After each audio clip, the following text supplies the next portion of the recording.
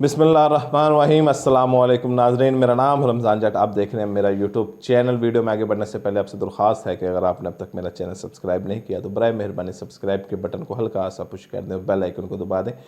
मैं आपको यकीन दिलाता हूँ आपका ये फैसला बिल्कुल दुरुस्त साबित होगा और आपकी मालूमात में कोई ना कोई इजाफे का सबब बनेगा।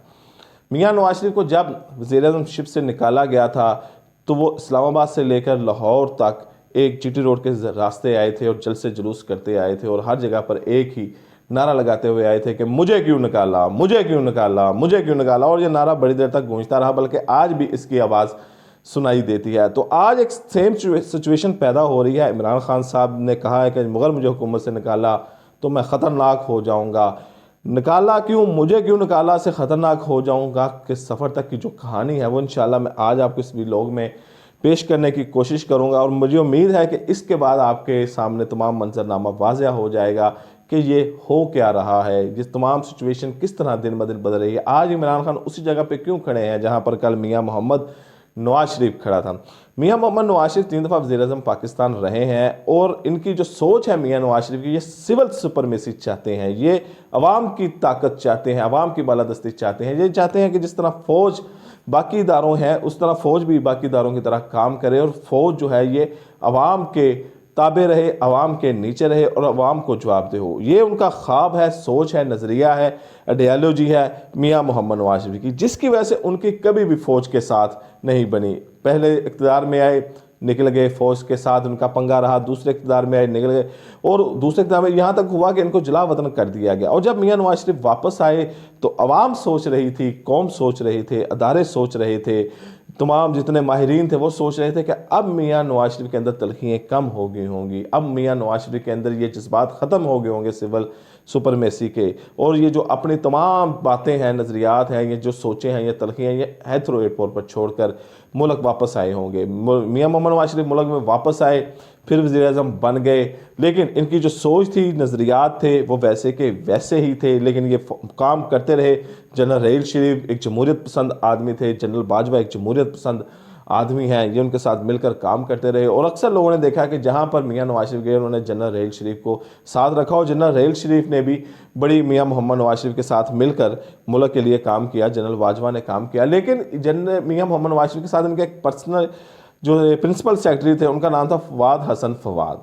ये जो मसूफ थे फवाद हसन फवाद, ये इंतहाई हद तक जैसे कहते हैं कि नेक्स्ट लेवल, उससे भी नेक्स्ट लेवल तक एंटी आर्मी थे, एंटी आर्मी थे, फौज के खिलाफ थे। बहुत ज़्यादा नफरत और बहुत ज़्यादा शिद्दत से नफरत ये फौज के खिलाफ रखते थे। अब सोचें कि मियां नवाज शरीफ की पहले ही सोच है कि सिविल सुपरमेसी, उसके बाद उनके साथ एक बंदा एक ऐसा अटैच हो गया जिसकी फ़ौज के बारे में बड़ी गलत राय है, जो फ़ौज से बहुत हद तक ज़्यादा यानी कि नफरत करता है।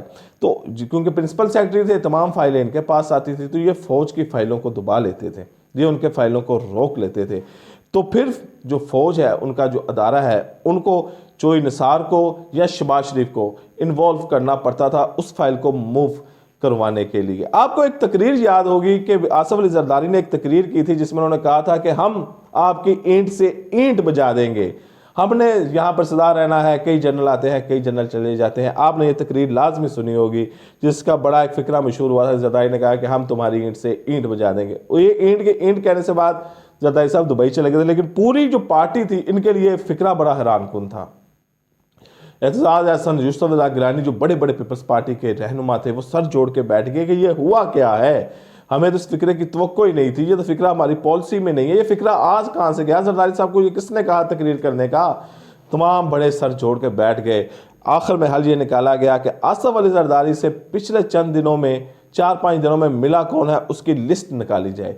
जब उसकी लिस्ट निकाली गई तो उस लिस्ट में एक नाम था फवाद हसन फवाद का, जिसने आसिफ जरदारी से कई घंटों मीटिंग की थी। मीटिंग ये थी कि मियां नवाज शरीफ और आसिफ जरदारी की मुलाकात होने जा रही थी, तो उस मुलाकात के सिलसिले में फवाद हसन फवाद आसिफ अली जरदारी से मिलने गए और आसिफ अली जरदारी के पास घंटों बैठे रहे। और जब वो घंटों बैठ के निकले हैं, आसिफ अली जरदारी साहब बाहर गए हैं, तो उन्होंने ये तकरीर फौज के खिलाफ कर दी जिसमें उन्होंने कहा कि हम आपकी ईंट से ईंट बजा देंगे। तमाम मंजरनामा पीपल्स पार्टी के सामने आ गया कि ये तमाम जितनी भी सोच थी या जो आसिफ जरदारी ने कहा है, ये सिर्फ फवाद हसन फवाद की वजह से कहा है। इस बंदे ने ये तमाम काम ख़राब किया है, इसने अपने नज़रियात आसिफ अली जरदारी के जहन में डाले हैं और आसिफ अली जरदारी ने बाहर आकर ये तकरीर कर दी है।